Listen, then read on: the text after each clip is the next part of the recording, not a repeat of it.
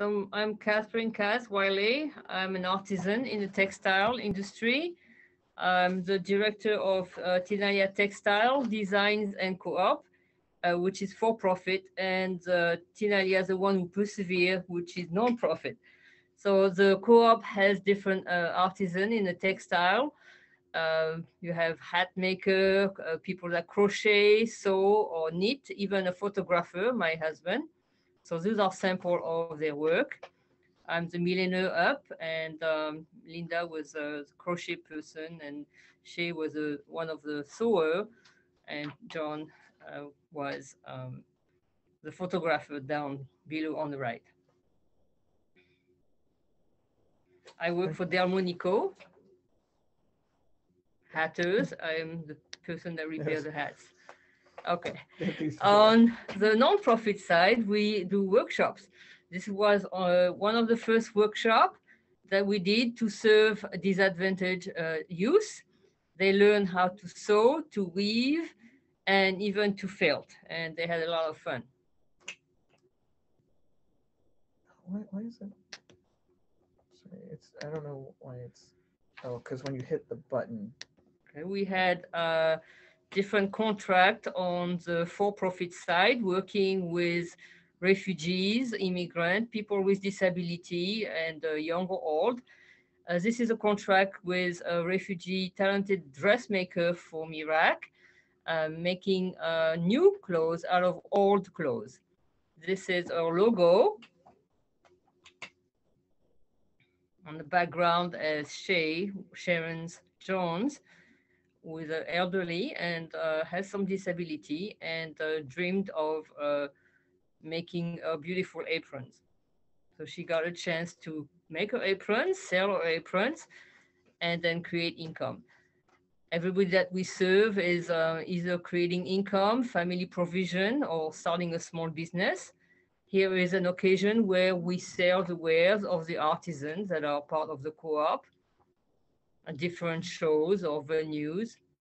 Shay was noticed by the Creative Art Workshop on Audubon Street for one-of-a-kind aprons, and she was invited to exhibit 3 years in a row for the American Artisan Celebration.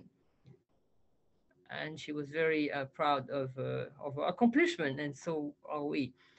She also, with myself, was invited after the celebration from a potter that was at the celebration to make a series of pottery aprons. So they have a split in the center in order for the potters to use their wheel.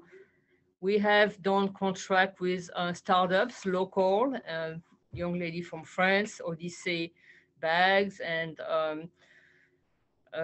we have made patterns and prototype for company in Westville, and we have worked with United Way. The nonprofit offer workshops again. So this workshop was last year. We started with the first session with the accent on alteration know-how, and alteration for business.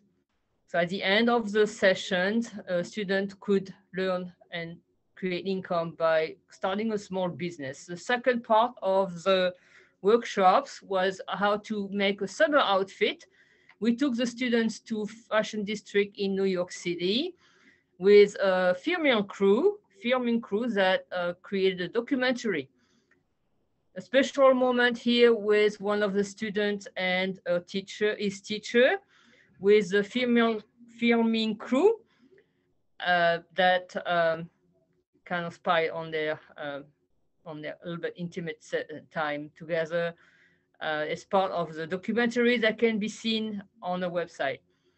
The second session was about making a summer outfit in collaboration with Eco Work Reuse Center in North Haven. The student got the chance to show what they have made at the end of the session, and they provided free workshops for the people that came to see. The last session was about making a coat. So here we have a student making his three-quarter coat using upcycled material again. And the coat was special. It was about saying a story that represent the thread of your life. So they had to make a quote, but also the quote had to reflect where they were from and something about their life. So they presented the quote at G Cafe and said their story in the same time. There is a mistake. My apologies. It's 2020. We followed up with an apprenticeship with a young entrepreneur that is also from MakeHaven. He has his own label called All Inclusive. Danny Mendes, we offered him a paid internship during the COVID, renting an Airbnb for hat making.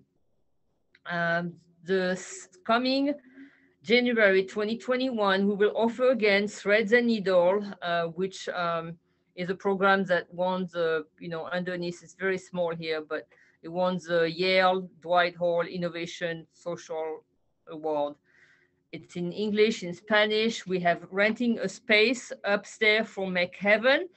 We can accommodate a larger group because of the restriction with COVID. And we welcome Spanish speakers. I speak Spanish. We will have quite a few sessions on alteration know-how again, and where people can come and bring their clothes to learn how to repair them. We will start more likely in January with the collaboration of MakeHaven for offered scholarship and subsidized funding. The space is upstairs. My husband here, John, is painting, and we are making the space gorgeous for the students to come. Registration will be on a website, styletinalia.org. Please contact me. Thank you.